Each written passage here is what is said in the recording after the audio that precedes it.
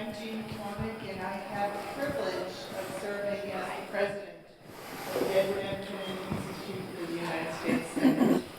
Welcome to the heart of the Institute, our chamber, where every day senators in training are debating the issues that matter. Yesterday we had a wonderful 8-year-old stand in opposition to something and be very articulate. I always think when I see that Senator Kennedy would smile.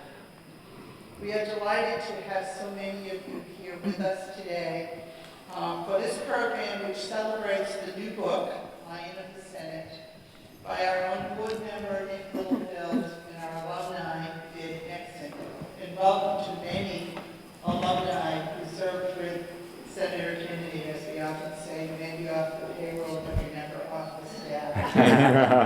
We're happy to have you all here, and especially happy to have our board members here, Barbara Siliotis, Lee Ventress. I didn't see anyone else who's here, but Orrin. So happy to have you all with us. We're pleased to be able to host this program and to have a remarkable group of speakers and panelists, all with their own unique thoughts and perspectives on the senator, that significant period of time that the book talks about, and on bipartisan efforts and what makes them work.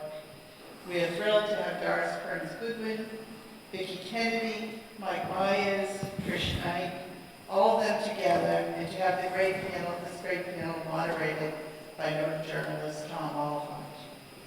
We are sorry that Nick can't be here in this room with us, but he certainly is here in spirit and in our hearts, and he will see and hear us because we are streaming this to his computer live. But here to offer words for Nick and for his family is Nick's wife, Jenny Littlefield. Whoa!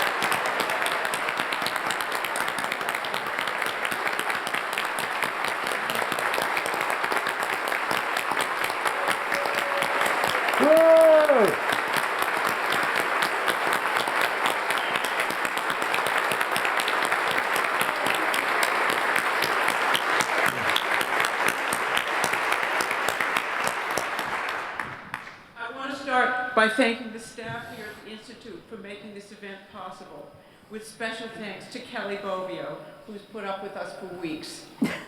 Now I'm going to read what Nick wrote. Thank you for coming. It means the world to me that you are here. I'm sorry I can't be here with you, but I'm enjoying this at home over live video feed. As you all know, if I were there, I would be singling out each one of you and describing at great length your help in the creation of this book, your part in all the experiences, and your place in the memories that went into its making, and your contribution to the creation of this beautiful institute, perhaps the most fitting tribute to the incredible man who brought us all together. Senator Kennedy and Vicki deserve our eternal gratitude. I also cannot fail to mention here the extraordinary leadership of Jack Connors and Lee Ventress in bringing this institute to life. My deepest gratitude to David Nexon, whose dedication and contributions to the final stages of writing the book was absolutely essential to making it happen. I also want to thank Doris Kearns Goodwin for her enthusiastic and immediate endorsement of the book and her brilliant introduction, and Jim Carroll for his invaluable input, support, and guidance in the concluding stages of the project. Thank you also to my dear friends Trish Knight and Michael Myers for coming to be on the panel, and our beloved Tom Oliphant for leading the discussion. Finally, I want to thank my children and my wife, who are all here. It was with enormous gratitude and love that I dedicated the book to them. Jenny, of course, won't agree, but I like to say that I consider myself not entirely unlucky to have this neurological disease, because it means I can truly sympathize with the 44 million disabled Americans whose daily struggle is at least somewhat alleviated by the Americans with Disabilities Act. I finished the book at the right time.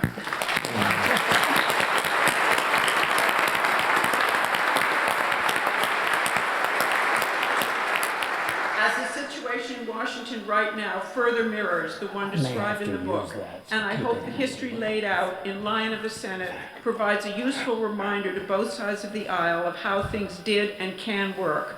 I understand, for example, that many of our Republican friends today possibly oppose an increase to the minimum wage, and there's a very useful chapter in the book in 1994. I began working on the book in 1998, right after I left the Senate Labor Committee.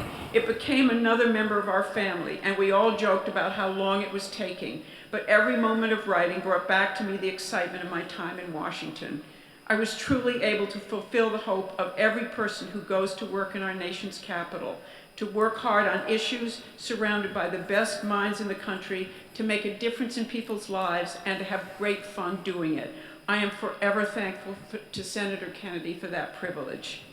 If I could, I would end this by singing to Vicki, and then to all of you. I won't ask Jenny to take on this task for me, but know that I am watching and singing and filled with joy at this splendid event and all the extraordinary people in my life who have made this day possible. It is now with great pleasure that I want to introduce the man who, as Senator Kennedy's senior healthcare advisor, was a driving force behind the important legislation at the center of this book, and whom I have the great pleasure of calling my co-author, David Nexon. Yay!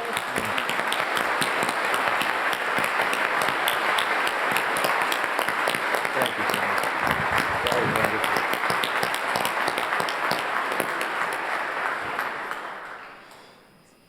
Well, it's certainly a wonderful pleasure to be here with so many friends of Nick, so many friends of the Senator. Thanks to Gene McCormick and the EMK Institute for putting on the event. And Jenny, thanks so much for that lovely introduction. Anyone who has been close to this project knows without Jenny there would be no book to talk about today.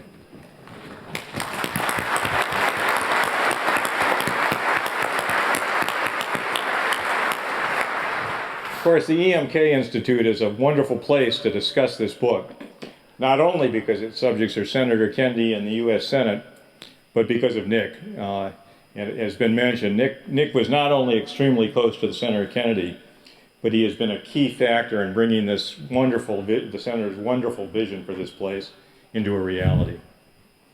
Now, I think almost everybody here knows that Nick was Senator Kennedy's Labor Committee staff director, and effectively his top domestic policy advisor from 1989 to 1998. He had a truly remarkable insider's view of the events we focus on in the book during the critical years 1995 to 1997. His role as staff director and his closeness to Senator Kennedy put him really at the center of the action, and also placed him in private meetings with the president, with other senators, with outside leaders. The book benefits tremendously not only from the dedication and insight he brought to it from that, but from the special access that he was able to talk about and reflect inside the book. As Jenny mentioned, the book had its origin, or as Nick said in his own statement, the book had its origin when Nick left the Senate in 1998 and wrote the first draft over the ensuing 2 years. I joined the project in 2012 and worked with Nick to put the book in shape for publication, as well as adding some material based on my own knowledge and involvement in the events in the book. Those of you who know Nick, and I think most of the people here do, and saw the recent article in the Boston Herald about him, know what tremendous health challenge he faced in completing this document. It's really an inspiring story, and I feel privileged to have worked with him on this project as I did to work with him on the Senator's staff. We had several objectives in this book that were part of Nick's original vision, and one that really evolved late in the process. First, it was a tribute to Senator Kennedy, not just by singing his praises, as so many have, but by showing him at the height of his powers in the fight of his life for the causes he had worked for all his life, using the government as a positive force to improve people's lives, to secure social justice, to help those who were most vulnerable, all the things that were threatened by the Gingrich Revolution. Second, we wanted to create an exciting narrative about how the resistance to the Gingrich agenda evolved, how what had seemed an irresistible right-wing tide was ultimately stopped, and how Senator Kennedy, even in that hostile environment, was able to pass major progressive legislation, an increase in the minimum wage, groundbreaking health insurance reform, and the child health insurance program.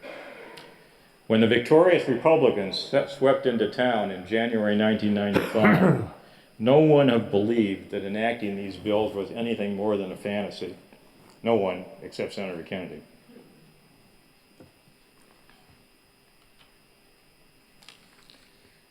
The third thing we wanted to show in this book was how the Senate works from Nick's up-close and personal viewpoint. The book is told in the first person, and it gives a vivid account of the folkways of the Senate, the unique ways in which it operates, and what it's like to be a staff member there. And Nick, I think, has got a real gift for narration, which comes out very clearly in this book. Fourth, we wanted to explain the Senator's strategic formula for success in enacting not only progressive legislation, but really any major legislation. None of us who work with Senator Kennedy believe anyone will ever be his equal. But any legislator, and indeed any citizen, can learn from how he accomplished what he did. Finally, as things worked out as a result of the book's long gestation, it has particular relevance and special lessons for today, and it gave a special urgency to our work in finishing the project. I know Doris is going to talk about this a bit more, but I did want to emphasize that as we completed this work, we were very aware that the situation today is extraordinarily similar to the one Senator Kennedy faced in 1995, and the way he handled it has invaluable lessons, I think, for all of us today. Today, as then, Republicans control both houses of Congress. They confront a Democratic president. They espouse a radically conservative view of the role of government and an agenda that is largely identical to the one that Congressman Gingrich failed to enact in 1995. They have used the budget process and the threat of a government default as a lever to try to force through the changes that they want. The Congress seems gridlocked, progress seems hopeless, but as Senator Kennedy showed, it doesn't have to be that way. Those are the main goals we had in writing the book, but there's a lot more in it that I hope readers will enjoy. The role of music and the incredible relationship between Senator Kennedy and Senator Hatch, Nick and Patrick Kennedy's mad dash to the Arlington National Cemetery to get soil from the Kennedy gravesite to take to the Rabin funeral, the way Senator Kennedy's efforts to pass the minimum wage tied Senator Dole up on the Senate floor and essentially sunk his presidential campaign, the Senator's largely unknown but very important role in the passage of the Affordable Care Act, the genesis of the Ryan White AIDS Care Bill, and much more. Before I introduce Doris Kearns Goodwin, I'd like to close by reading from the conclusion of the book, just a few paragraphs, which I think says what we thought as we really, and when Nick undertook this whole endeavor and as we finished it. Kennedy's life and legislative career are the stuff of history, but the challenges we face as we make our own history never end. As Senator Kennedy said in his speech to the Democratic Convention in 1980, the work goes on, the cause endures, the dream shall never die. There can be no greater tribute to his memory than to continue to fight for that enduring dream, and no better model for success than his example.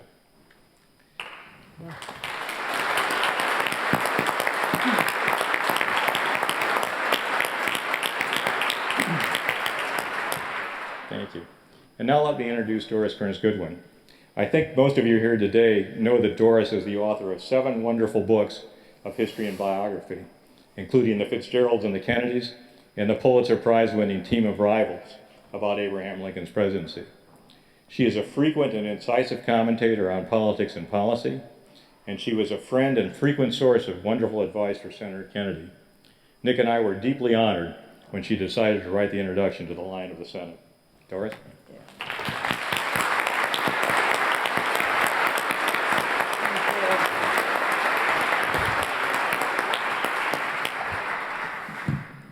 History at its best, I believe, is about telling stories, stories about people who lived before, stories about events in the past that create the contours of the present.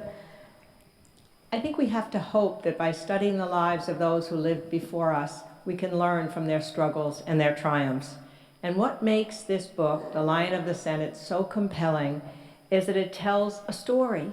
It tells a story beginning with the Gingrich Revolution of 1994 that brought in this transformation of control to the Republicans in the House and the Senate. The New York Times noted at the time, this is a shift of major proportions, it said. Republicans have not been in control since 1954, 40 years earlier, when the Dodgers, it said, were still in Brooklyn, and when the postage stamp was only 3 cents. Well, the story carries us from the devastating mood that really enveloped the Democrats at the time. They'd lost committee members, they'd lost staff, they'd lost the chance to set the agenda, they'd lost office space, to Teddy Kennedy's rallying the troops, not only to block the worst of the Republican agenda, but as was said, to pass positive legislation on minimum wage, children's health insurance, portable health insurance, and to do it on a bipartisan basis. The story is not only historically significant, but it offers powerful examples for leaders today when we despair over our broken Washington. What makes it so rich in detail is that Nick had the presence of mind to actually write notes after each one of these meetings that he would go to. He took the time, which we so rarely do, to reflect on them even at that moment. Historians treasure more than anything diaries and letters. I mean, I couldn't have written the books I've written without those diaries that people kept at the end of the day, without letters that they wrote to their wives and their families, 10-page letters at night. I worry what will happen to people, historians 200 years from now. They'll be trying to recreate our lives. They'll have so much stuff. They'll see how we walked and talked. They'll watch what we said on Twitter, perhaps, but they won't know the intimate details from that verbatim understanding that comes from a letter or a diary or notes taken at the time. So Nick's notes become a treasure source that makes this book so real in life. The ultimate key that the book shows is that the success that Teddy Kennedy achieved was due to the relationships that he had built over time so carefully in the Senate, nurtured over the years. From such relationships, I fear, are in such short supply today. Senators, congressmen don't even have the time to spend time with each other. They're racing home on Thursdays. They want to raise funds. That money is the poison in the system that they're spending so much time on. They're spending time on Facebook. They're not even talking to staff, much less to one another. But in Teddy Kennedy's time, he understood that relationships were the key to everything. And you'll see the great stories in here about Orrin Hatch, as David suggested. I mean, Hatch had gone to Teddy's mother's funeral. Teddy had gone to Hatch's mother's funeral. And most importantly, Hatch loved to sing, and he would make up songs, and he played the tapes of his songs. And so at one point, Teddy had Nick, with that beautiful, once on Broadway voice, sing one of Hatch's songs, and finally Hatch had to give in. He had to give in to whatever Teddy wanted. "Nice move, Teddy," he said, knowing that he had been bested. And then when Teddy wanted funds to restore the house at Longfellow in Cambridge, and he needed the support of Senator Byrd, the chairman of the Appropriations Committee, what does he do? He memorizes Longfellow's famous poem, The Midnight Ride of Paul Revere, and he's continuing to say it over and over again until finally, I think, Senator Byrd has said, "Okay, I'll give you the funds." And then there's this great story of inviting Senator Thurmond, Strom Thurmond, at 89 years old, to dinner at Teddy's house, and somehow they ask him, "How did you stay so great shape?"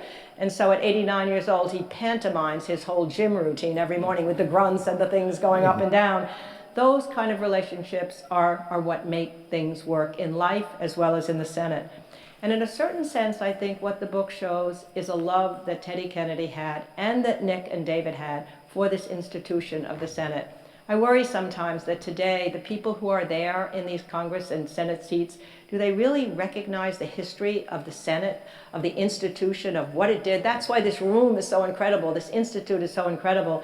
If you feel it, you feel like you've come home, as I think Teddy Kennedy often did. He felt like the Senate was his home. He understood its rules. He understood its quirks. He understood its rituals. He recognized that seniority was a big deal in the Senate. So what does he do when he wants to get somebody's support, a junior senator? He goes to that person's office rather than the other way around.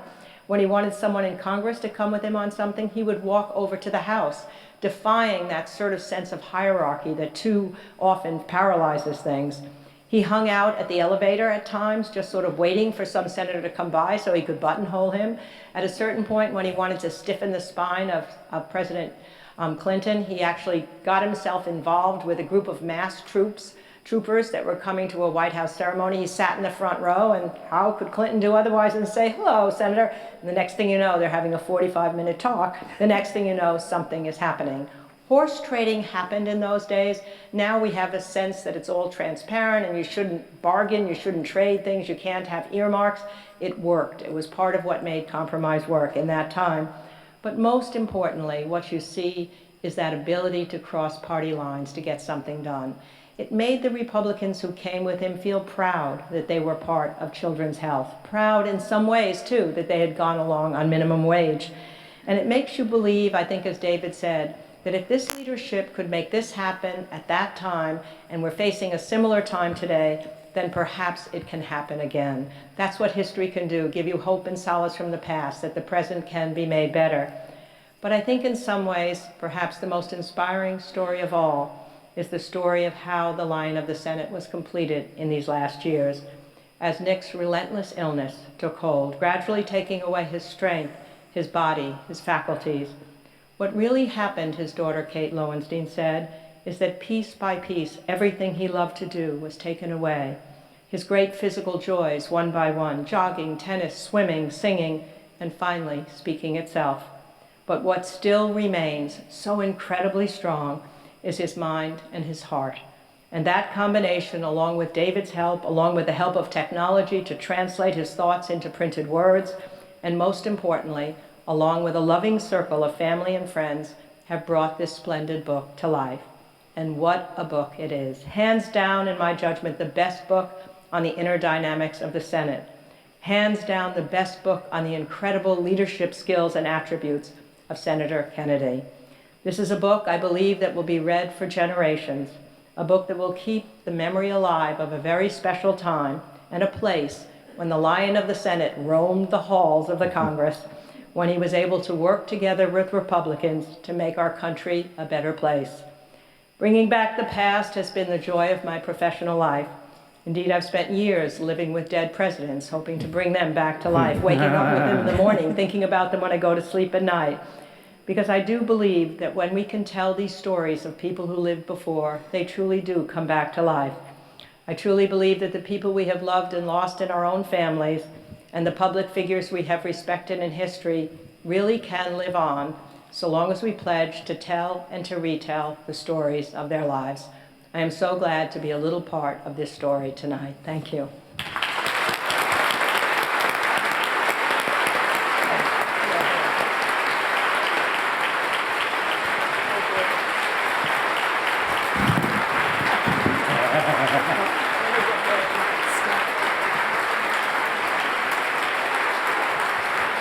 Wonderful, Doris. Yeah. Can everybody hear me okay? That's good.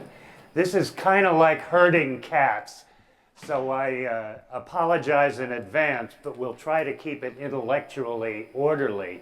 We're going to babble up here for a little while, at which point, after 15 or 20 minutes, you might think of a question or two, and when we call for them, someone will come and give you a microphone so that we can hear you, and we'll take Q&A for a while, and then they always give me the unpleasant duty of calling a halt to the proceedings, at which point we will have a very special treat at the end. So with that in mind, our story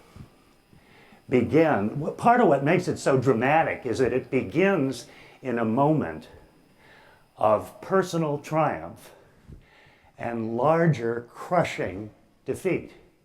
Senator Kennedy had been reelected in 1994 by just a point or so less than his typical landslide margin. I think it was about 18 points over some guy with Utah ties, Trish and I. But at the same time, his party had lost control of the House for the first time in 40 years, and of the Senate after a brief period in the majority. And he was looking at odds in the Senate that would make even Sisyphus blanch. And I thought we'd begin with a very special panelist. You know, there's a lot of people here, no doubt, from Massachusetts, where people fancy themselves great aficionados of politics. But there's another place in America where they put politics in your gene structure, and it's a place called Louisiana. And a product of that amazing culture, her dad, you know, is on the very, very short list of the people who helped John Kennedy carry Louisiana in 1960. And of course, she went on to become Senator Kennedy's beloved wife, et cetera, et cetera. So it's only natural that I turn to somebody I love to hear talk about policy and politics, Vicki Kennedy.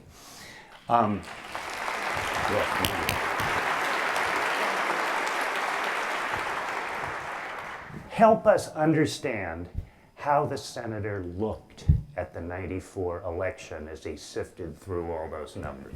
Well, first of all, thank you so much, Tom Oliphant, for being here and being our moderator. And thank all of you for being here. Nick, we love you. The book is fantastic, absolutely fantastic. I love talking about the '94 election because it was exhilarating. And it was also complicated because that night was bittersweet. But I like to think about the sweet part first, if I could. And I go back to Labor Day of '94, if I could, and thinking about it, when Teddy's aides came to him and said, well, actually they came to me and said, we've got to let the senator know, and maybe you should let him know because, you know, you're his wife and all. That the race is kind of even. He and Mitt Romney are even. And I said, I think maybe you should tell him because, you know.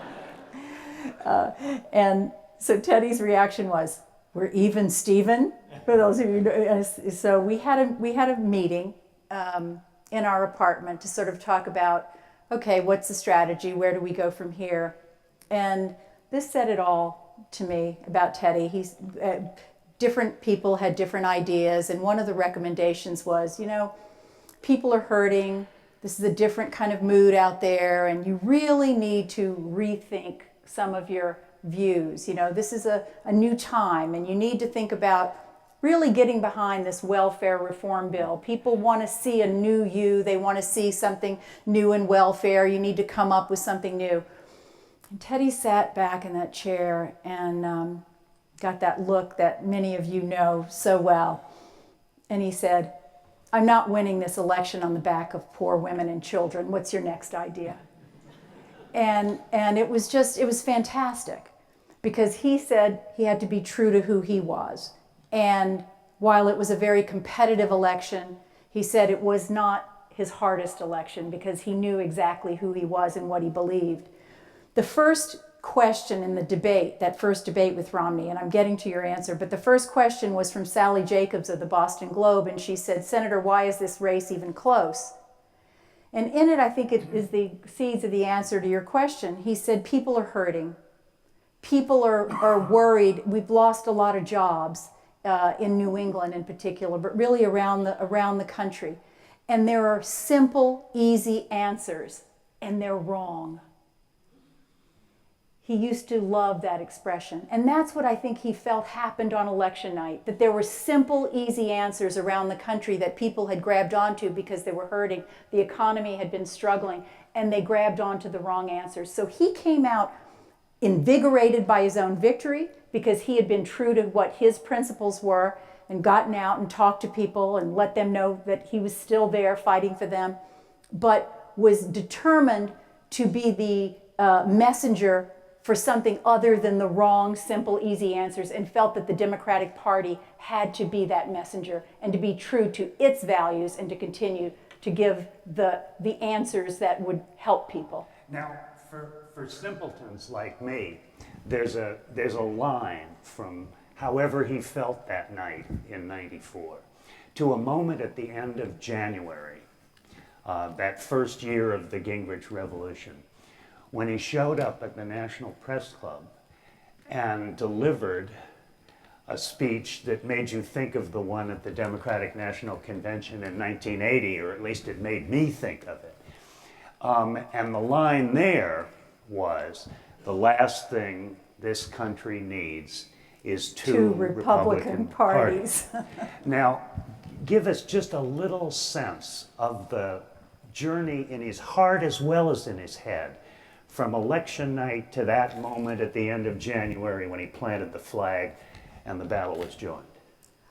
I think it was just not a journey. I think it was just it was the continuation of what he had been doing. He felt that the Democratic Party had always been fighting for working people, and that was what the winning formula was, to continue to fight for working families, to continue to be true to principles. He loved to say, programs change, our values don't, and that we just needed to continue to fight for those values. And he thought it was, I think he had something else in that speech about it comes from poor grace, something about poor grace from those who want to be pale carbon copies or something.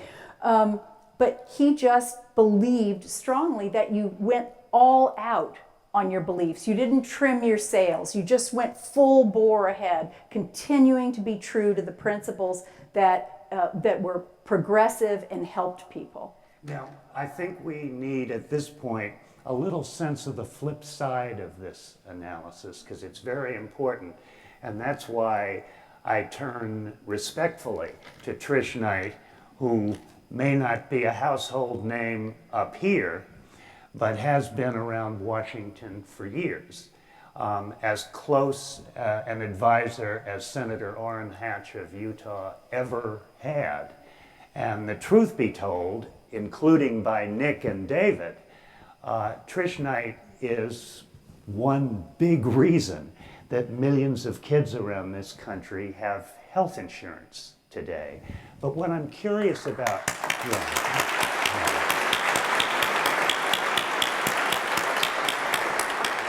and we'll get into a little bit about how she operated in the Senate.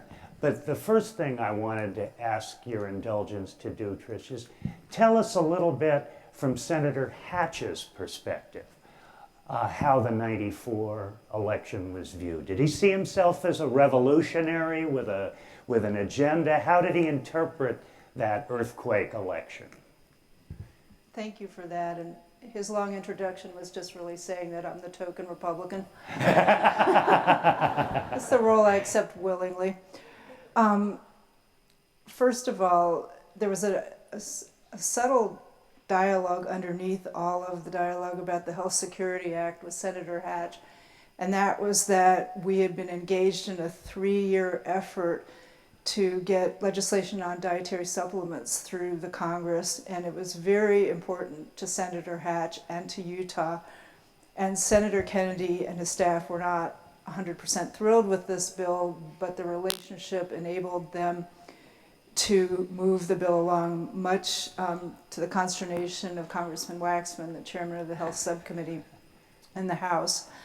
And I can remember very vividly, it was near the end of 1994 when we reached the deal on that legislation, and many in the industry were saying, well, maybe we should just walk away. It's not good enough because next year maybe we'll be in the majority and we'll get a better deal. And I don't believe that we really thought that was necessarily true. So I remember thinking that let's just get what we can now.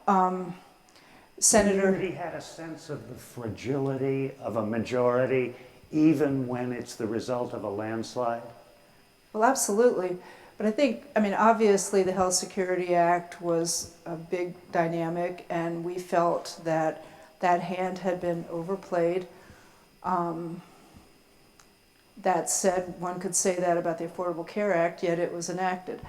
So it was a very interesting time, and I had been working in Congress 20 years at that point. I had never worked in the majority, and I honestly didn't believe it was going to happen.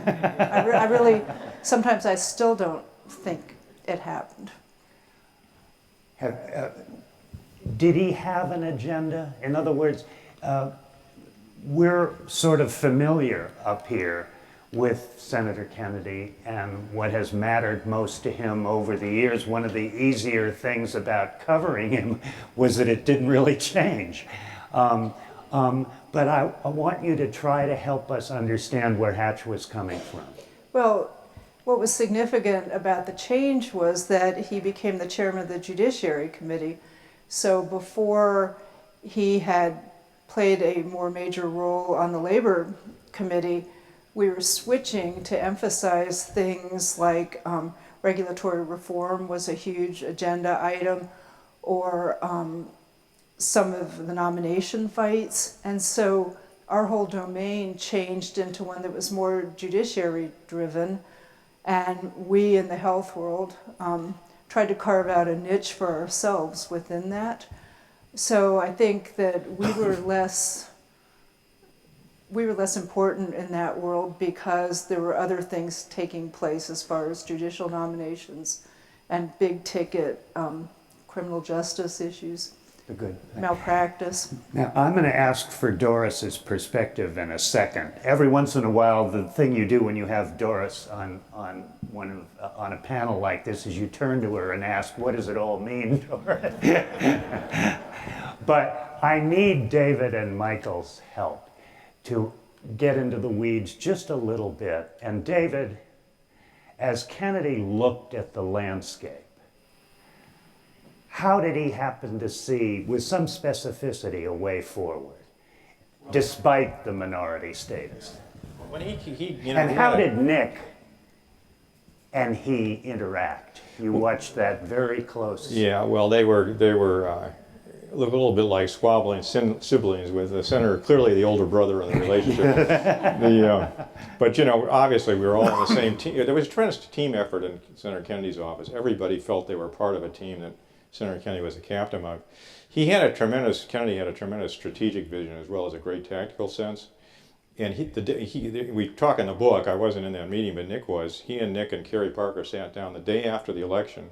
Kerry Parker being Senator's legislative assistant director for 800 years and probably knows more about the Senate than and a wonderful person.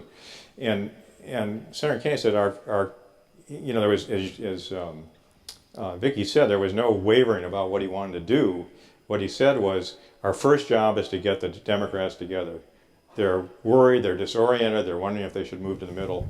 So our whole effort has to be to get them together, both to resist the Gingrich agenda, which is very revolutionary, very radical, and also we need to start moving ahead on positive things, just as if we were still in the majority. And the things he identified at that point were the minimum wage and health reform as the two. Why? Well, I think he thought that the minimum wage was ripe, in a sense. It was obviously very needed. He had put it off. He had been the leader in raising the minimum wage a number of times previously, and it was overdue for being risen in terms of its declining power in terms of inflation. And he had not taken any action on it in the previous Congress because we had an employer mandate in the Clinton Affordable Health Care Act, and he felt that would be piling on too much and too difficult in that environment. But with that no longer on the table, he thought it was time to move ahead on the minimum wage. On the Kennedy cast about health insurance reform, he didn't despair of moving forward. He said, well, we're not going to get universal. Let's see what we can get, which is the way he always approached these things. And by the way, that last name refers to a diminutive lady, very nice, somewhat different than Senator Hatch in personality, but very effective inside the club, named Nancy Cassabaum. And she was become Kansas. the chairman of the committee as a result of the election. And so they found common ground on the things. They'd worked together on the Affordable Care Act, even though they couldn't reach agreement ultimately. But there were areas they did agree on, and they agreed to pick those up and move forward on those. There we are. Michael, we need your help because Michael is unusual in this all-star lineup here because he stayed with the senator as his top assistant past the year 2000, well past it, and helps us to understand that this all didn't stop with a few years of frenetic activity in the mid-1990s. I'm so old, I can remember its antecedents in the 1960s and 1970s, Michael knows all about some very, very important work done after the turn of the century, the Medicare Part D, the No Child Left Behind, etc. So I want your perspective, Michael, that takes us from 94 almost to the day he passed away. I think a unifying theme through all of that is courage. And how do you define it? And for it's this? coming back after 94. Everybody else is playing retail at that point. They're thinking about their own reelection in their own state or their own congressional district. And it's very hard. It requires courage to say, no, we need to think wholesale. If you want to be reelected in your state, we need to have a national message and a national agenda. So convincing people of that when they're scared for their political lives. How did he do it? Requires a lot of courage. Did he bang on them or yell? or? You look in Nick and David's book, and there's one story in particular in which the Senator Kennedy is sitting down with other congressional leaders in some crowded room in the bowels of the Capitol, and they're talking about the minimum wage. And shouldn't we be fighting for that? And there was a little bit of hesitation, and people were thinking about re-election and all of that. And Senator Kennedy, in one of those moments that we've seen, the rafters start quaking at his indignation that Democratic leaders nonetheless, would be mealy-mouthed on the minimum wage. So that requires courage to stand up to your own leaders and say, this is the way we could go. And we saw this again and again, even after the Gingrich era, that he would be the one who would say to the leaders, to the caucus, this is the path we need to take, and to say that forcefully. And you're saying, aren't you, that he often had to stand up to members of his own party when it came to accepting compromises? Yes, and the courage there too. So for example, in creating the drug benefit in Medicare, Part D of Medicare, I mean, pushing that along, there were people where it was getting close to Bush's own re-election at that point. And a lot of thinking that we don't want to give anything to President Bush because John Kerry might be able to beat him. And they came close.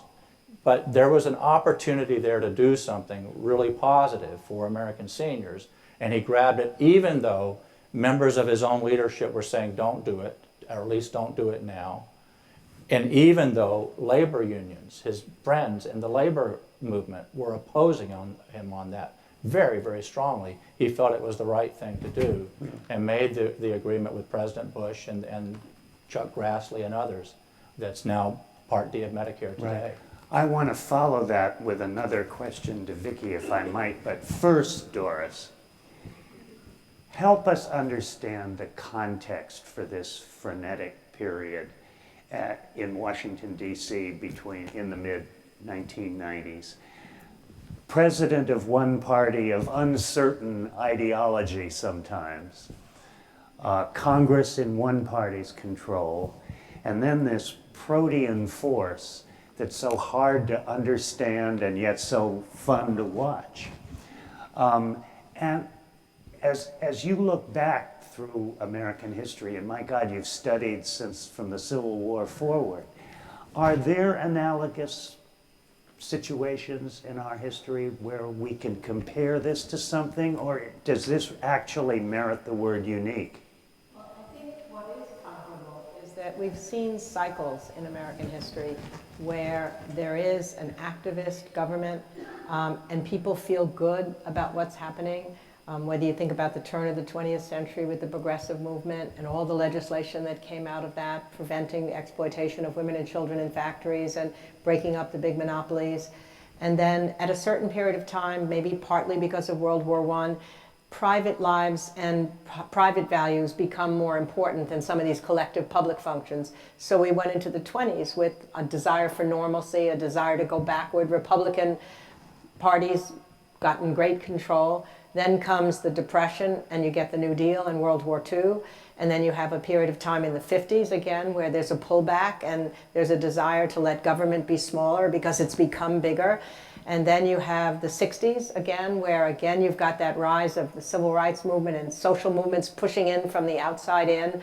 And you've got a great deal of activism, a lot of legislation. and then the war in Vietnam happens, but also maybe just one of these cycles that Schlesinger says happens, and then you get Reagan in the 1980s, and then you do have Clinton winning that election in 92, but I think even while he won it, this undercurrent of frustration with government that was being felt by large sections of the country, the concern about law and order that certainly was a part of Gingrich's control, the feeling that too many people were staying in Washington and worried about themselves so that his term limit thing had certain kinds of... He came up with a really interesting thing, to have a national program for the individual congressman to run on. And, you know, even now, when I look back on it, at least it was a battle of ideas then. And you look at these guys now in Washington and you don't see that happening in a certain sense. And what it really means to me, though, is that what made it successful for, not just for Kennedy, but for the Republicans who joined with him, producing these bills that have now stood the test of time, was experience. And when I look at the current election, with outsiders now, especially in the Republican Party, having bested lots of senators who've been there for a long period of time, it's a worrisome thing that we're turning our backs, or it seems to be, according to the polls, on people who've had experience, because there's something still, to me, noble about being a politician. The idea that these people who worked then were able to compromise, were able to work with each other, all these funny deals that they made, they understood compromise as the core of the system, and they should be honored for it.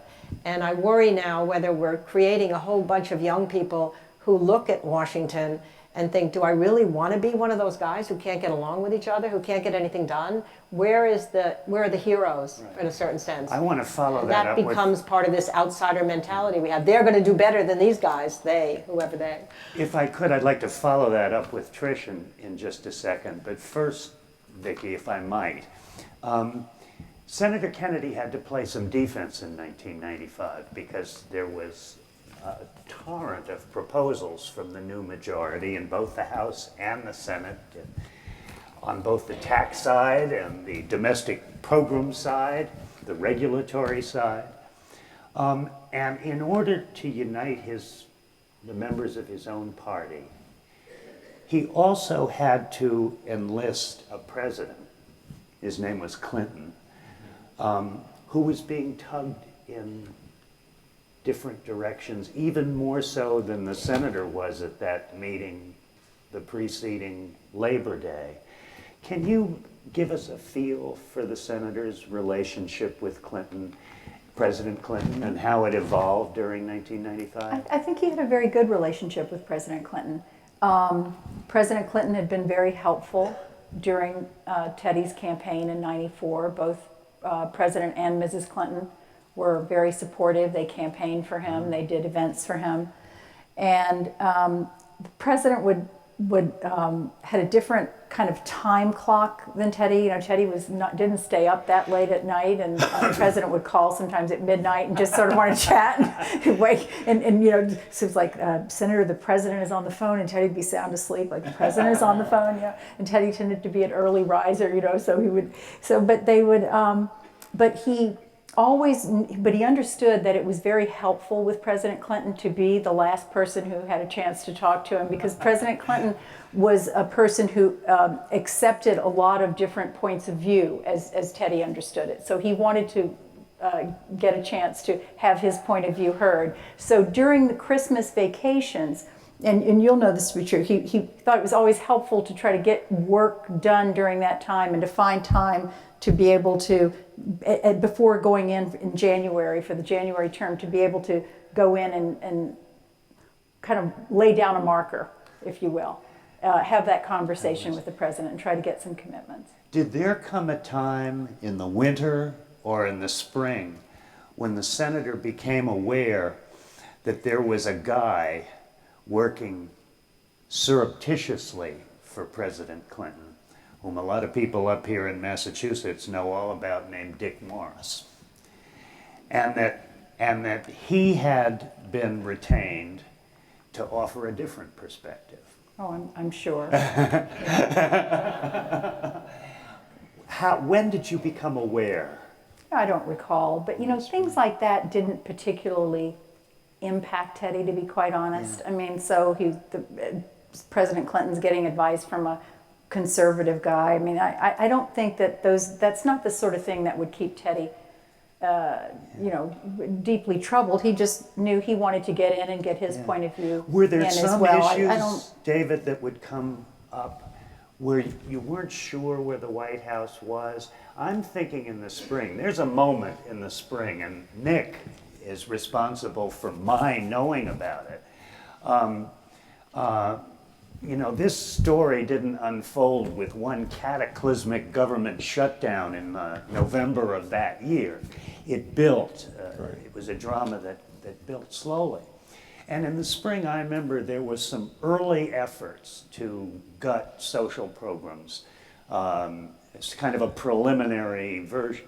And that Senator Kennedy, as Nick told it to me, and I'm sure he was the agent who arranged this, but the senator went around the Senate. It was a bill. I'm going to ask you to explain what rescissions are in a second, David.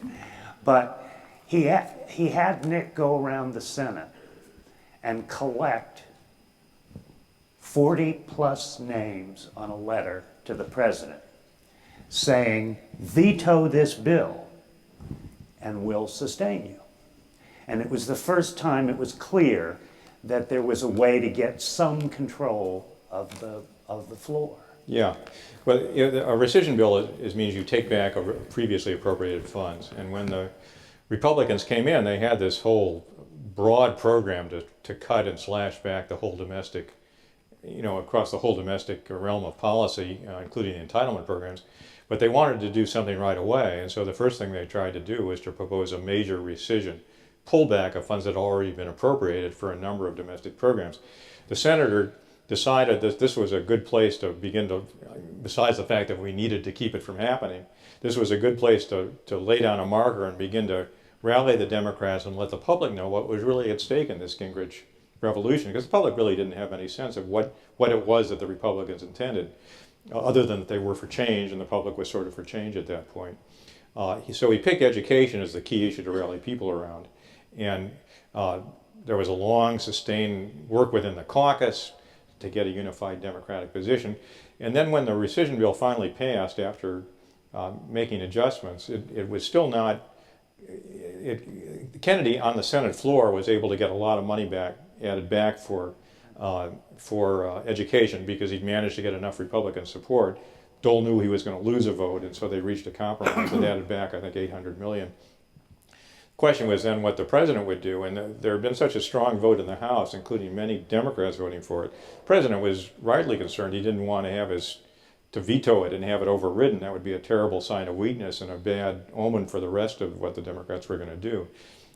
So the senator rounded up enough pledges from Democrats to assure the president that if he vetoed the bill over education, the Democrats would stick with him and his veto wouldn't be overridden. And that was, I think, in a way, the beginning of the turning of the tide, although it was a continuing struggle throughout, because the president legitimately was in a difficult position trying to, any president wants to accomplish something. Did he have to work with these people to get anything done? I think Nick's point was that at least you could demonstrate to him that if you plant the flag, there's enough support so you can prevail. Exactly. So please plant the flag some more. Right. That was sort of the way it worked. Mike, I don't want to ask you to do too much early, but the minimum wage, Kennedy had engineered 2 previous increases in the minimum wage. And as David was explaining, they had come to the judgment that a third was called for after so many years.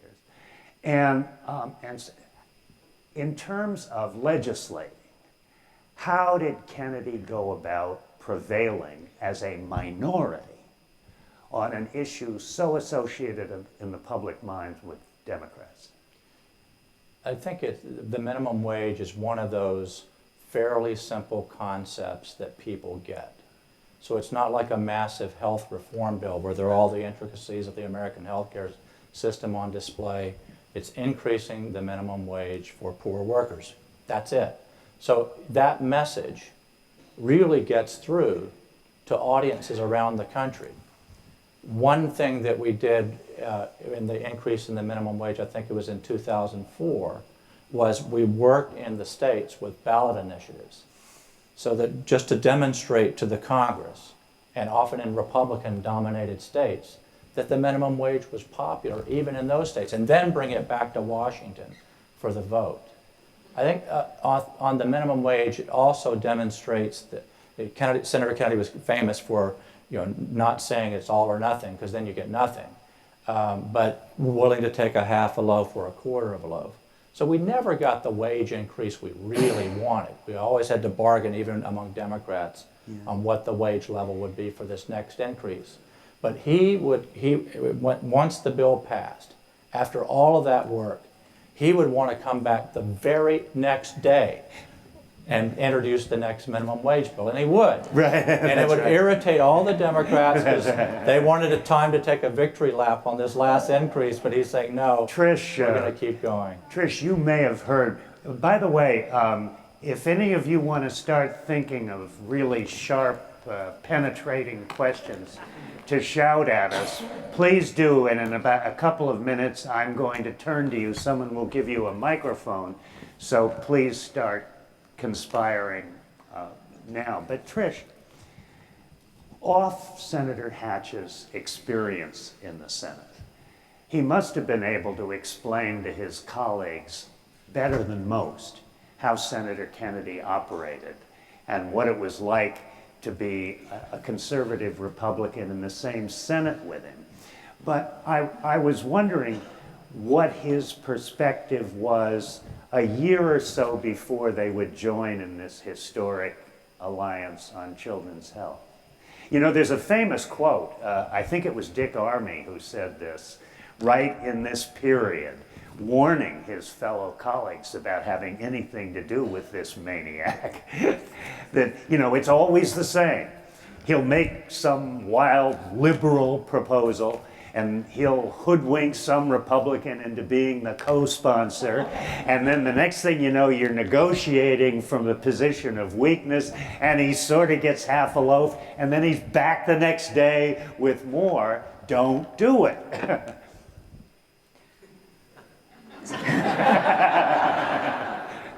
First of all, Senator Kennedy needed no explanation to Republican senators. They understood Senator Kennedy. I think the leadership was always worried that he would pick off one of us to do some big social agenda program on child care, for example. Hatch and Kennedy had a long history of working together on bipartisan legislation in public health with the Ryan White AIDS bills, the Orphan Drug Act, the Organ Transplant Act. So, I mean, I don't think he had been in the majority and he'd been in the minority. So for Senator Hatch, it was not an unusual thing to be back in the majority. Right. So, and here, let me see if Vicki agrees, but Senator Hatch looked at Senator Kennedy and he saw another senator, a colleague, before he saw a Democrat and an enemy. What you have to understand is that Senator Hatch was elected in 1976 from a very conservative state, and one of the reasons he wanted to come to Washington was to fight Ted Kennedy, because he had this liberal agenda that needed to be negated. And when Reagan was elected and Senator Hatch became chairman of the Labor Committee, he quickly learned that because there were two very liberal Republicans, Weicker and Stafford, senior on the committee, that if Senator Hatch didn't make a deal with Senator Kennedy, then Weicker and Stafford would vote with them, and he as chairman would lose in his own committee every time. So that really forged his method of operating with Senator Kennedy and arguably in the whole Senate. So to you, Senator Kennedy looks across the aisle and he sees a conservative Republican, Orrin Hatch, and unlike some of the words that were used in a recent Democratic presidential debate even, he doesn't see an enemy. How does he look there? Teddy said to me many times, he said, listen, he never doubted anybody's patriotism, he didn't doubt their character, he just believed that they had a different way of getting to a point than he did. He said this, he said, this Senator so-and-so loves our country as much as we do. We just have a different way of getting there. And he always believed if you listened to what someone had to say, if you found an opportunity to be with them, that the senator had to come over to the dinner, they sit and they talk. And, you know, out of that dinner, more times than not, they'd leave with something having been done. They find some common ground, just one little thing that they could agree on. And he believed if you had to put the time to get to know someone, that you would find something you could agree on and advance the ball. Doris, when you look at various relationships, not just this one, which you know an awful lot about, but down through history, what is the essence of a successful relationship either between or among political leaders? I mean, I Is think there any common thread? I think there is. I mean, I was just thinking as Vicki was talking that what LBJ was able to do with Senator Dirksen is very similar to what we're talking about now. He understood that Dirksen was a Republican, was a conservative, but he needed Dirksen to help break the filibuster on the Civil Rights Act of 1964. So he had to believe that Dirksen had his own patriotism. He played on that with Dirksen. He goes to him, you know, and first of all, he offers him everything under the sun. You know, you want public works projects, you want a pardon, you want jails, whatever you want. They could do that. The whole state of Illinois was going to be sunk in all the largesse that he was going to give him. But then finally, you know, when he calls him up in the morning, he calls him in the middle of the night, just when you were talking about President Clinton calling up Teddy at midnight, I mean, Lyndon Johnson would call them up at 2 in the morning. And there's one senator, he said, I hope I didn't wake you up. And the senator said, no, I was just lying here hoping my president would call. But anyway, when he goes to Dirksen, and I think that's what you're seeing here with Senator Kennedy and Hatch and some of the other Republicans, Kassenbaum, he understands that Dirksen wants to be remembered too for having done something important. So he may exaggerate a little bit. He said, Everett, if you come with me on this bill and you bring some Republicans to break the Democratic filibuster, 200 years from now, school children will know only 2 names, Abraham Lincoln and Everett Dirksen. How can Dirksen resist? So I think the key thing is what Vicki was saying.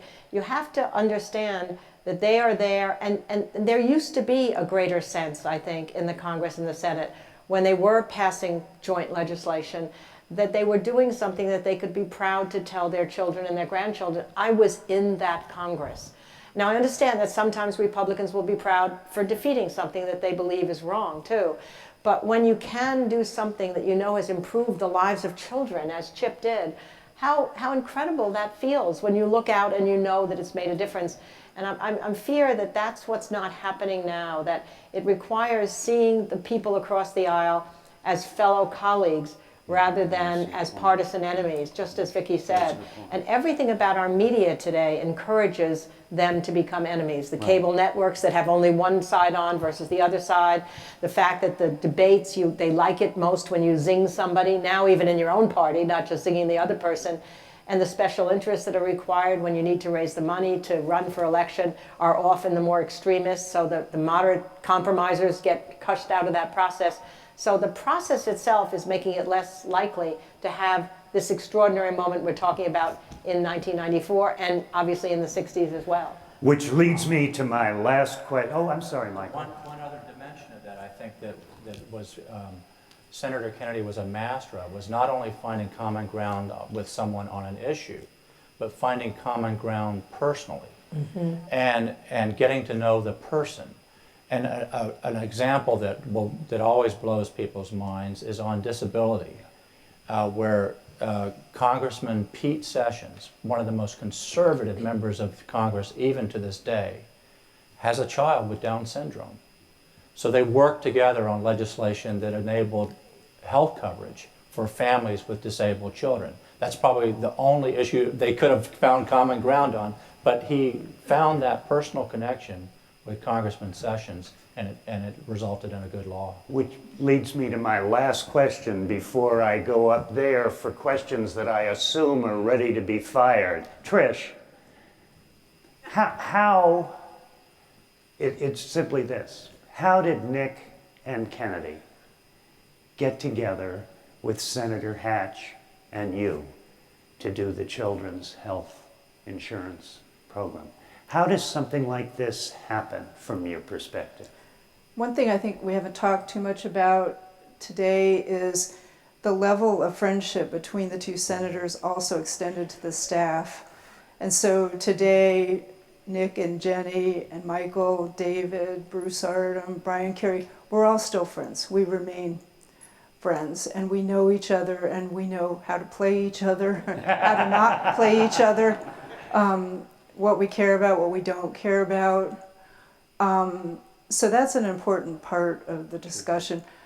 To be fair, when Senator Kennedy, as is well explained in the book, approached a number of Republican senators, and he approached Senator Hatch, and we were a bit worried in the Hatch world that he might be led into territory he shouldn't go into by Senator. That's very diplomatic. Senator Kennedy, and there's a passage in the book about that I remember so well when we raised these concerns with Senator Hatch, and to be fair, Bruce Ardham was the only one on the staff who was very gung-ho about doing this bill with Senator Kennedy. Senator Hatch turned to us and he said, "You don't know what it's like to grow up a poor child. Find a way to do this right, but I want to do this." So it's personal first. That's how we insisted on making it a block grant, a limited program, so we could argue that it wasn't an entitlement, and all the things the book explains so well about the letters back and forth, the singing, Nick's singing to Senator Hatch, all of that sort of flowed from that friendship. By the way, she's neglecting one very important part of the historical narrative, and that was Nick's approach to Trish. And he used Annie, Get Your Gun, and he actually did the following. Twice I have to be embarrassed. The girl that I marry will have to be as soft and as pink as a nursery. The girl I call my own will wear satins and laces and smell of cologne.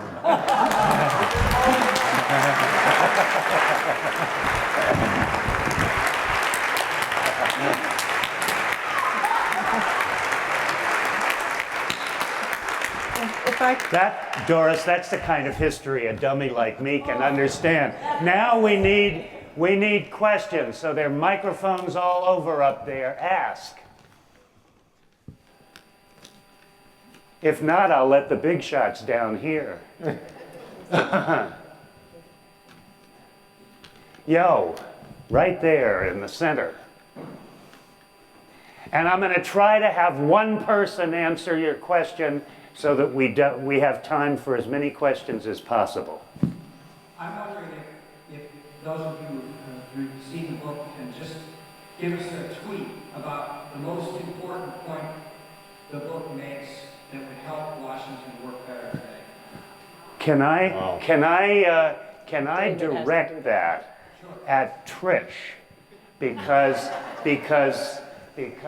she's part of the power structure now in her own way. She has her own company, but let's let you tackle that one. Could I first just say one thing? I learned this from the presidential debates that you're supposed to just talk about whatever you want, whatever the That's question right. is. Ignore the. Thank you. Imagine if Kennedy and Hatch had talked like that. Thank you for the song. I have to say, Nick, you did it so much better. But Bruce is fond of saying that when Nick sang Senator Hatch's song, Freedom's Light, to Senator Hatch, which resulted in $24 billion for children's health, he outgrossed the Stones, U2, or anyone else in world history. I think that the big lesson is, and I'm kind of jaded about the current Congress because I think that, and Doris can talk about this much more eloquently, but the 24-hour news cycle, the partisan cable shows, the Tea Party, armchair legislators. I mean, there was something to be said for the voters not knowing how sausage is made. There are reportedly 50 members of Congress in the House who live in their offices. So they don't build the friendships that Senator Hatch and Senator Kennedy had. Their staffs don't build the friendships that we all had. And I think they're there for a very different reason. They're there for change. And change is good, but with all these, the House is turning over much more frequently, the Senate is. With everyone trying change, there's not the focused agenda that Senator Kennedy was famous for and so successful for. Senator Hatch, too. Yes. Yeah. But we're talking about More. Senator Kennedy. More. I can't see so good. I'm old. Do I see a hand? Left-hand side, in the back row. Yes, you do. It's coming. You do, it's coming. The phrase we used to have is the well-oiled Kennedy machine. I guess I would also like to bring, discussion somewhat up to the present, because I think there's so much to learn from the way that Senator Kennedy handled his relations, as you've all told us. And I can't help but want to believe that he would be in favor of the Family Leave Act being extended and expanded. And I try to wonder and think about how would he approach somebody like Paul Ryan, who's in the Congress, not in the Senate, but others of Ryan's ilk, sorry for that expression, but how would he approach somebody who, as you say, is not really part of the climate that used to be? He goes home on the weekends, he's not interested in forging these kinds of relationships. Maybe, don't be so sure. David, that's in your wheelhouse. Yeah, well, I think as we describe in the book, Senator Kennedy thought the way you approach every issue, there's a little bit of a formula. First you master the substance, then you take on the politics, and then there's the public relations side. And the politics has both an inside game, which involves getting your colleagues energized and reaching across the aisle, if you can, to find a Republican partner, is sort of the first part. Second part is mobilizing the interest groups that care about it, both because they're a way of communicating with the public and because other members of Congress listen to them. And the third one is the public relations, because if you can't keep, there's so much competing for attention in Washington and so many counter pressures, particularly in these Congress, about doing things, you need a sense of there's a real public outcry in it that's very salient to the public to get it up. On this one, I think he would go around to as many Republican senators as he thought might have an interest in the issue and see if there was a way to find a common ground, some kind of a compromise that they could agree on that would move the issue forward. And if he couldn't do that, he would pursue it as a Democratic initiative. And as he did with the minimum wage, he would try and do events, he'd reach out to the public, he'd unify his colleagues, he'd try and get the minority leader to make it one of the top bills going into the Congress. He'd reach out to the president to ask him to talk about it. He would offer it as an amendment to any piece of legislation going forward. Every piece, right? In 1996, every piece of legislation. Force votes, and those votes would be very uncomfortable because, like the minimum wage, I think this is an extraordinarily popular issue with the public. Patricia, follow-up. Is the problem that there is no Senator Kennedy, or that it's hard for somebody like Senator Hatch to be the Senator Hatch of the mid-1990s? It's hard for anyone to be the leader that they were, I think, in the mid-1990s with this Congress. Another thing that's happened is that more than half of the senators came from the House, were House members. So this more deliberative body with this check and balance on the more populist House is changing somewhat. They want to change their rules so they can be more reactive, and I think that makes it harder to get things done. Gotcha. More. Next to the last. Do I see a hand? I see. Yes, please. That I think one of the difficulties today is that when you look at who was in the House and Senate in the 60s, the 70s, the 80s, perhaps, many of them had been in war together. They had been in World War II. They'd been in the Korean War. They knew what it was like to have a common mission, that you worked across party class lines. And now, I mean, it was a huge percentage of the Congress and Senate in those days. Now it's 1% in the Congress, because we no longer have the draft, because the military has a different status in our society, as honored as it is in its own right. And so I think that experience of having worked together and learning how to go across party lines and learning how to care about the end result is less likely to be in the people that are being elected right now to Congress. But you know, Vicki, before I call on the person in the rear there, I can almost hear Senator Kennedy pointing his finger at this. You're all negative, you're all down in the dumps, you sourpusses. There's going to be a meeting at my house in 3 days, and we're going to have an agenda by Monday, and etc. And all of a sudden, Senator Hatch is writing songs again, and Nick is singing them. He would be a little bit upset at the gloom, wouldn't he? Well, I think, I have such a hard time saying what he would be, I have to be honest. But yes, I think He tended not to like gloom. he was not a gloomy person. Yeah. He was an optimist, absolute optimist. He didn't get down in the dumps. And he was always looking for the next opportunity. Things didn't, a legislative defeat didn't get him down. It was always, okay, so how do we build on it? How do we move forward? He was always looking for the next chance. Now, I was thinking about the question about family leave. I think he would have been looking for a person who had a family member who had unpaid family leave and it had impacted them. Somebody whose daughter or daughter-in-law had a problem, or somebody who was caring for a family member and was maybe, unable to do that. I mean, he would be looking for some touchstone that he could find, that he could connect with that person. I mean, and then he would try to bring them into the fold. That's the sort of thing that he would always be looking for. But it goes back to the answer that Trish gave earlier to the question up here.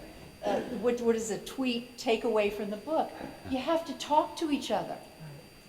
You have to know each other. You have to be with each other.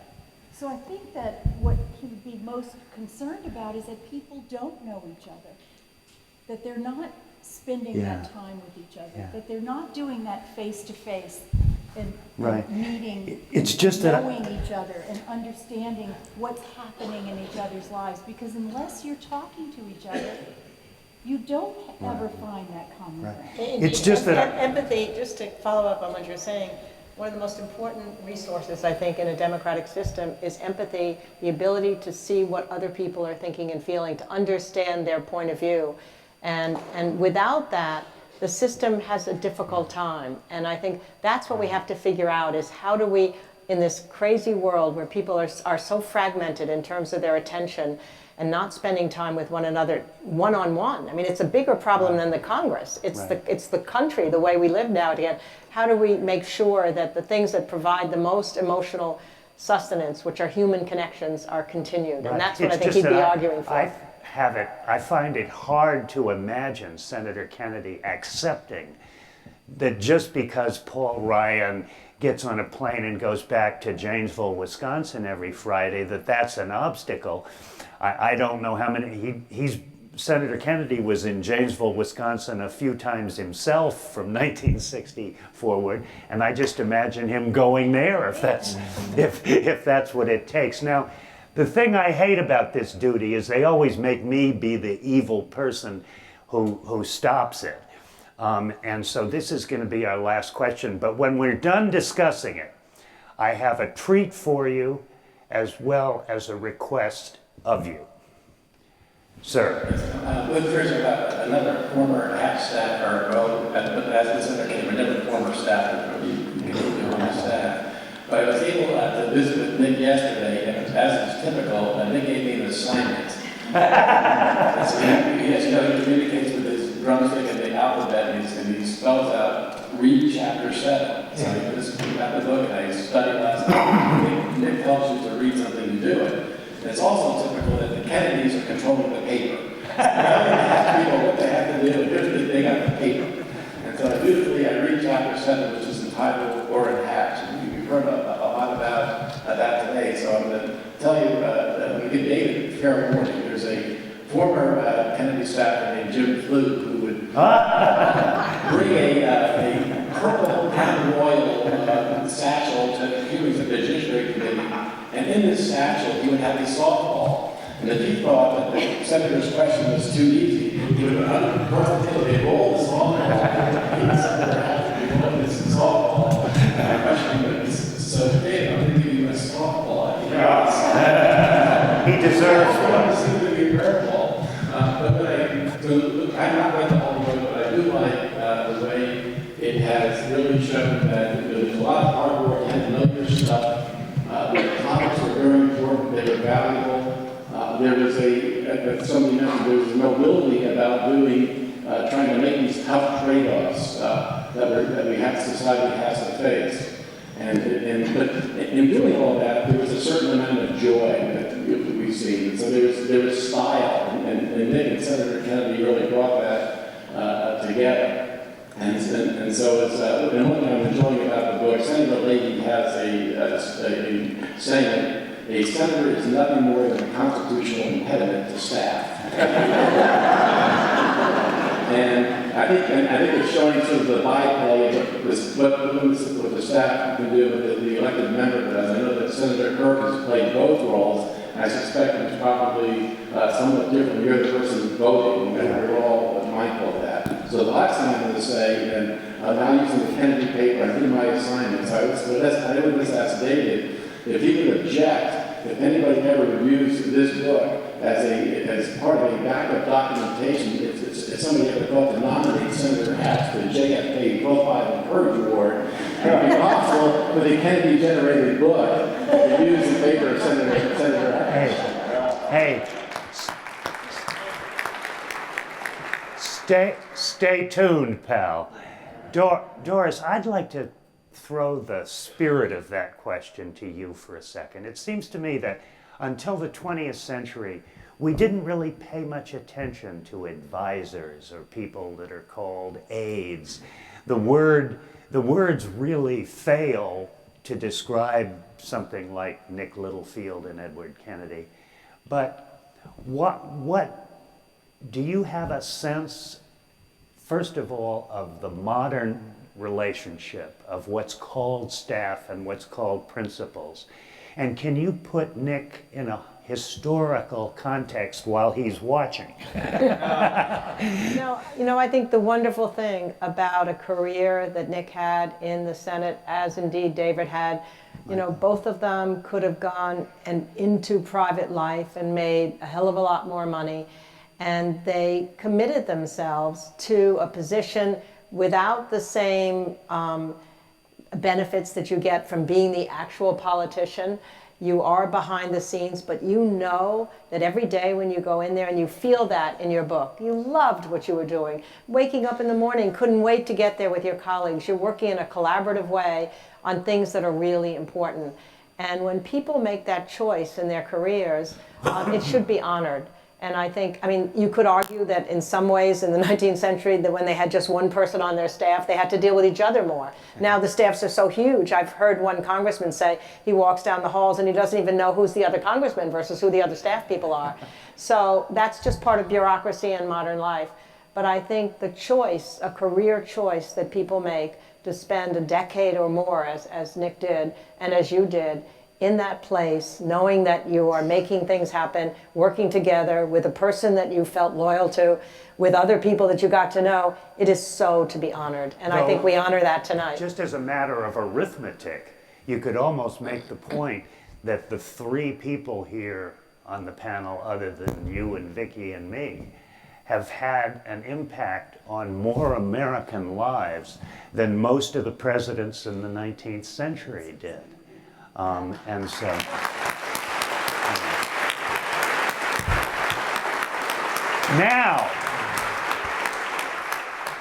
now you get a treat and a challenge. I wouldn't dream of closing a program on one of the people I admire almost more than any other person in the world.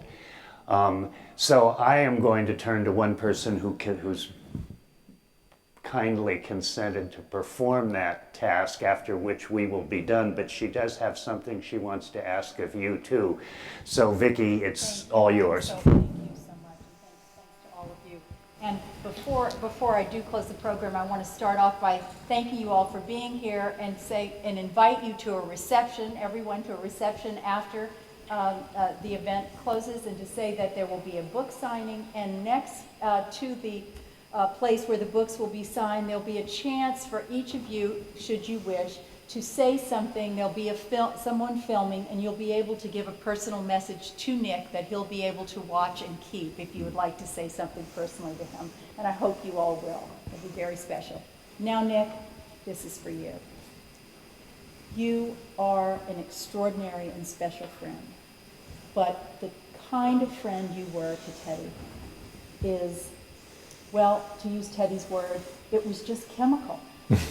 And when the two of you got together, it was really alchemy. And I look at that nearly decade that you worked together, and something unbelievable happened. The history books will be written, and we'll all get to see it in black and white, but something remarkable happened to benefit the American people.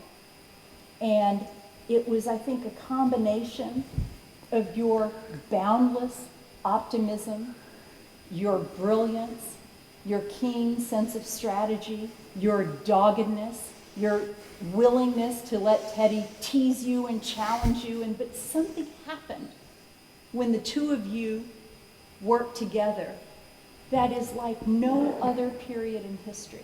And I have this here, and I actually have my glasses because I want to read just a little of the acts that were passed during that period of time. Cassabaum-Kennedy Health Insurance Portability and Accountability Act. Hatch-Kennedy Children's Health Insurance Act. National Institutes of Health Revitalization Act. Agency for Healthcare Policy and Research Reauthorization Act. Food and Drug Administration Modernization Act. Prescription Drug User Fee Act. Comprehensive Medical Device Improvement Act. Ryan White AIDS Care Act. Higher Education and Student Loan Reform Acts, 1992 and 93. Elementary and Secondary Education Reauthorization Act. Fair Labor Standard Acts amendments increasing the minimum wage in 89 and 96. Child Care Block Grant, Family and Medical Leave Act, Americans with Disabilities Act, and the list goes on. This is in Republican and Democratic presidents, Republican and Democratic senates. It's incredible what you and Teddy did together. Nick, we owe you a debt of gratitude. You are a remarkable man. And this place, this Edward M. Kennedy Institute for the United States Senate would not be the place that it is without you, as a board member and as a friend.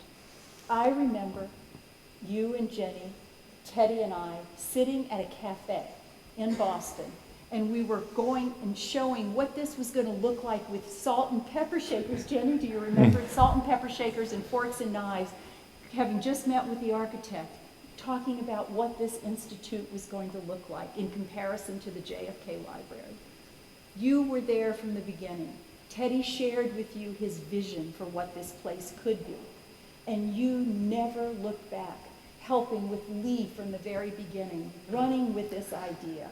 You were, in your enthusiasm and optimism, helping to raise funds. You figured, why ask for $1 million? Ask for 5, and you get it. I mean, it was incredible. You have been remarkable. We would not have this institute without you, Nick. I love you madly. I thank you. We all owe you for everything that you have done. This book is a triumph. It's a gift to history. You have shown like no one could ever show. God bless you too, David. What the Senate is when the Senate is at its best.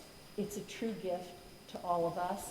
It's a gift for, as I say, to history. And we all want to show you right now how much we love you. So will everybody stand and join me?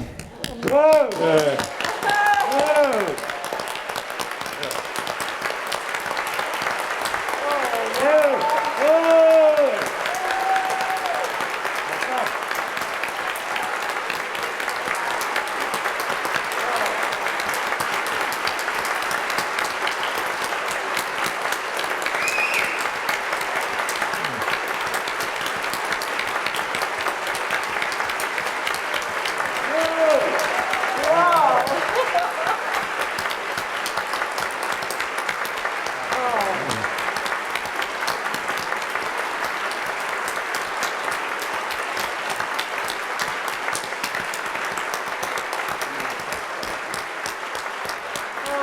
Thank you very, very much. Thank you.